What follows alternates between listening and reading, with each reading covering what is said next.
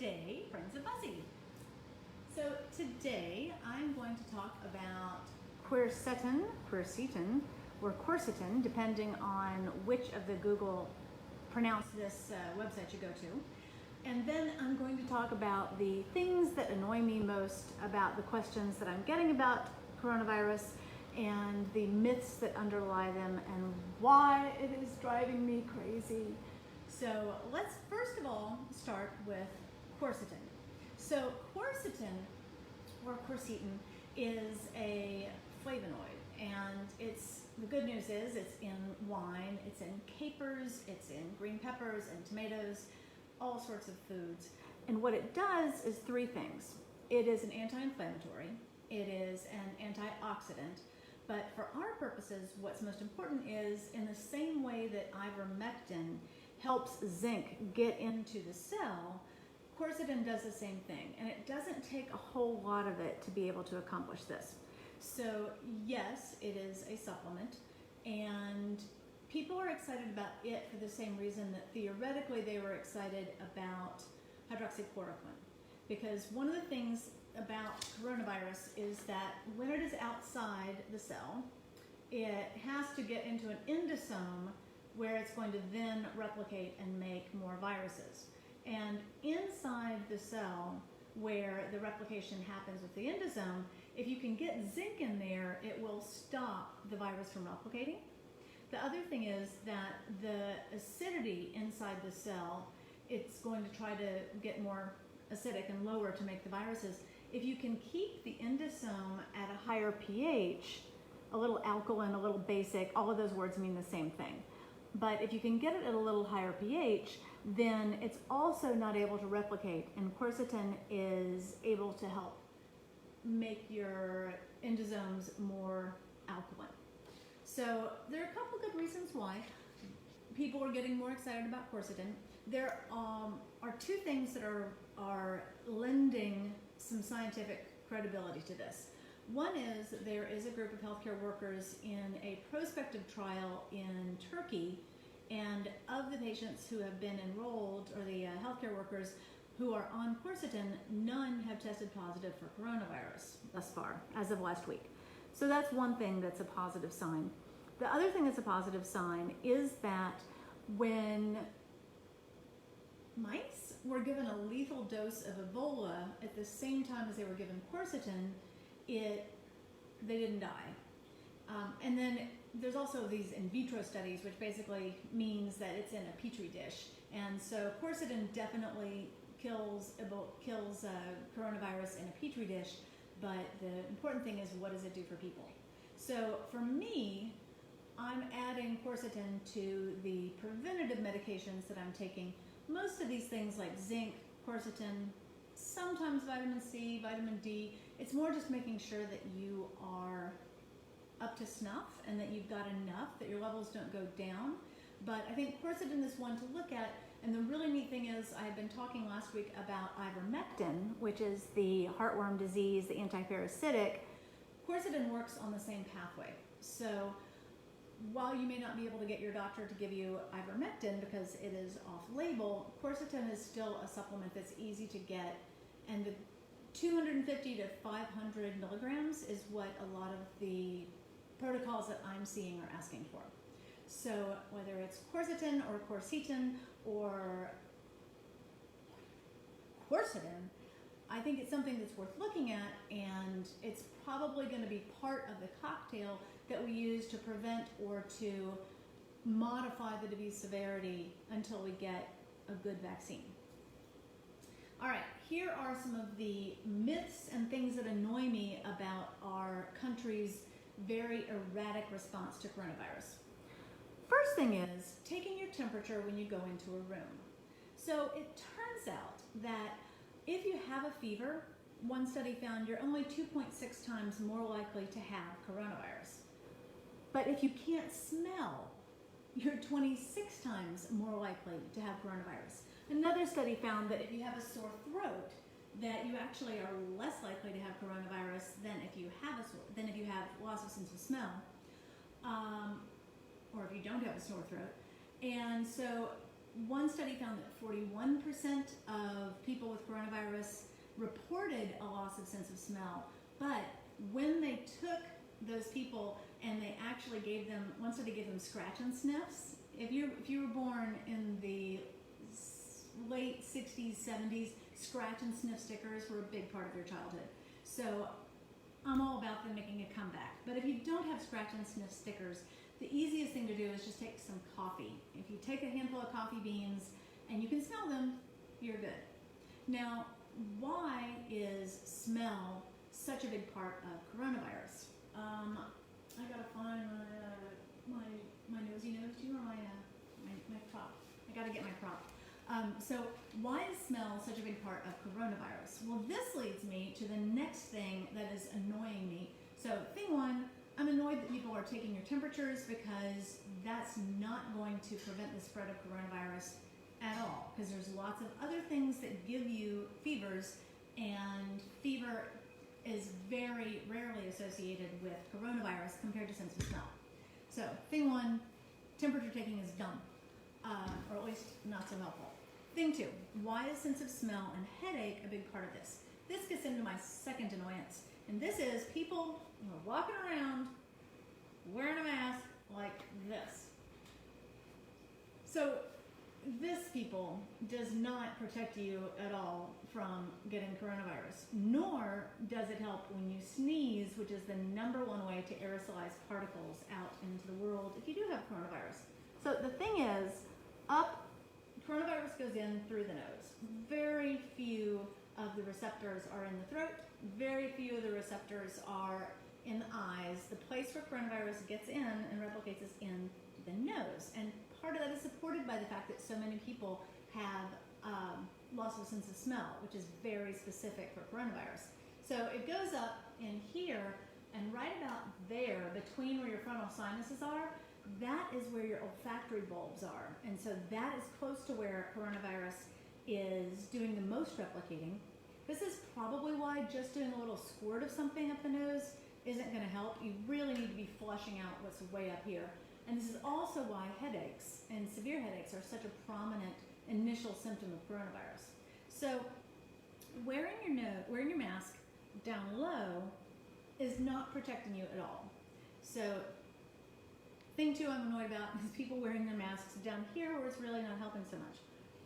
Thing three goes along with this, and that is people keep saying, wear your mask to protect other people, and we're trying to help other people, and it may not help you, but it certainly is a courtesy to help other people. This is crap. Wearing a mask protects you. There are 259 scientists, and it would have been 260, but nobody asked me.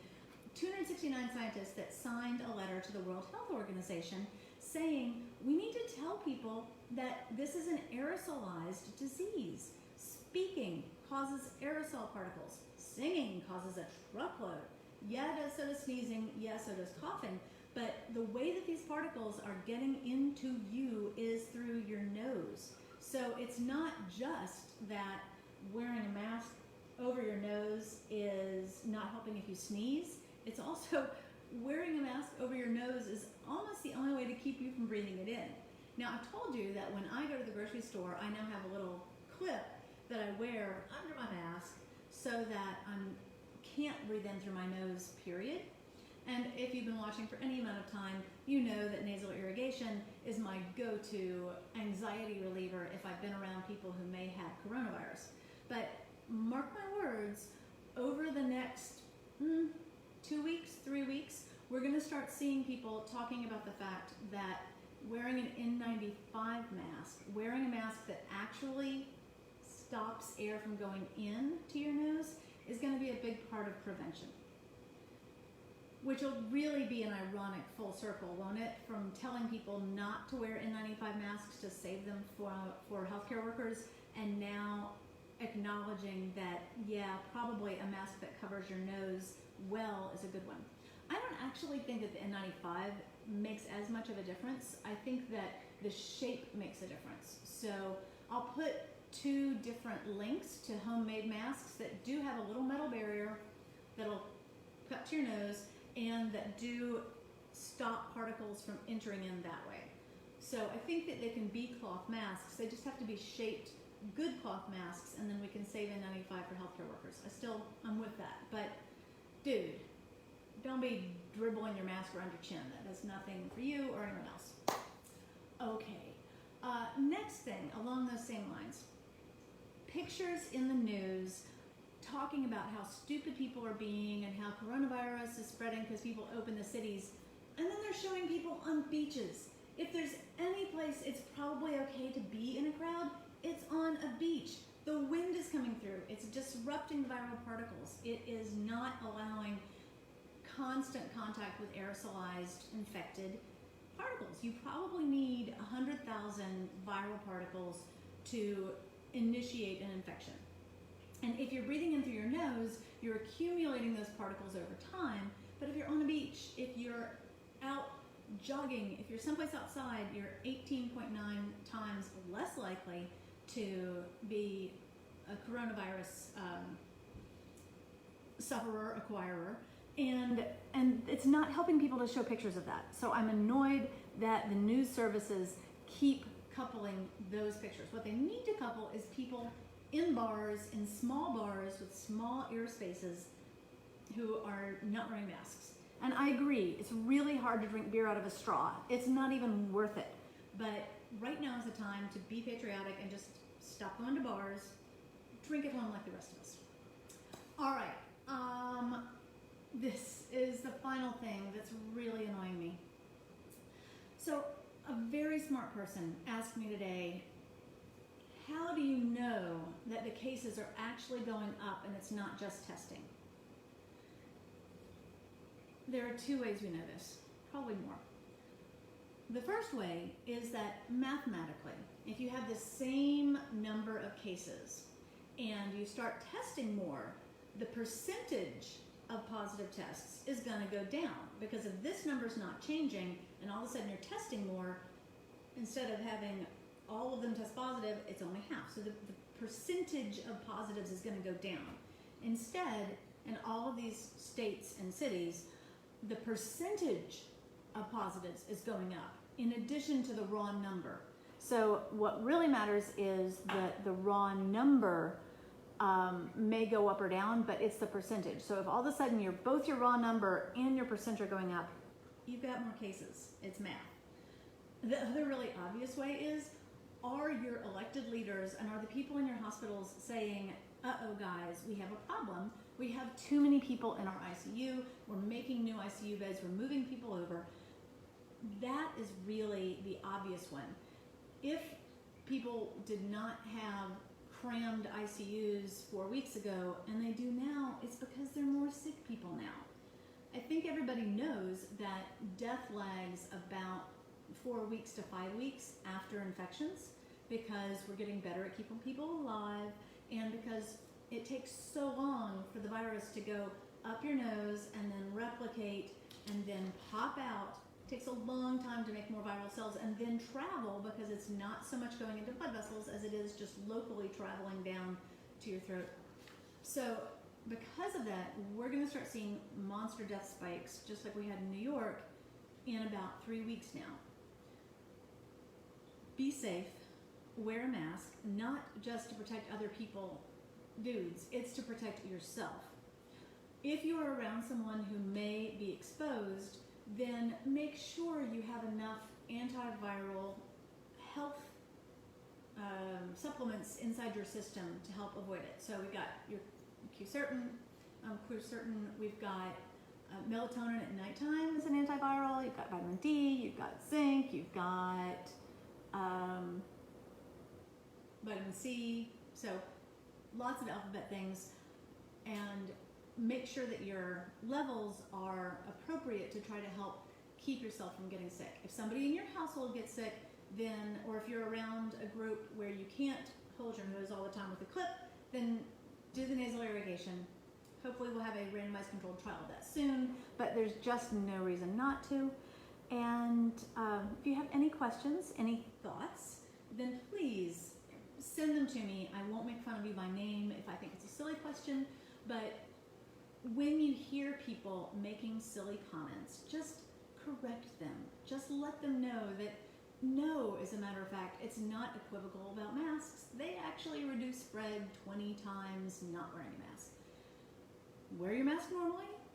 Get one that does cover your nose, and you know, probably I'd say 8 to 10 months, we're going to have a vaccine to get rid of some of the potential spread through herd immunity. We're going to have a lot of college students who've been at bars and frat parties who are going to be somewhat immune to reduce the spread. We're going to know the right amounts and doses of medications to take so that we can reduce the spread. And we're going to have a couple treatments that we can give if you do get in the hospital in addition to Decadron that will help you not die. So in terms of returning to normal life, I really think 8 to 10 months, it's going to be fine. Oh, and hi Bonnie.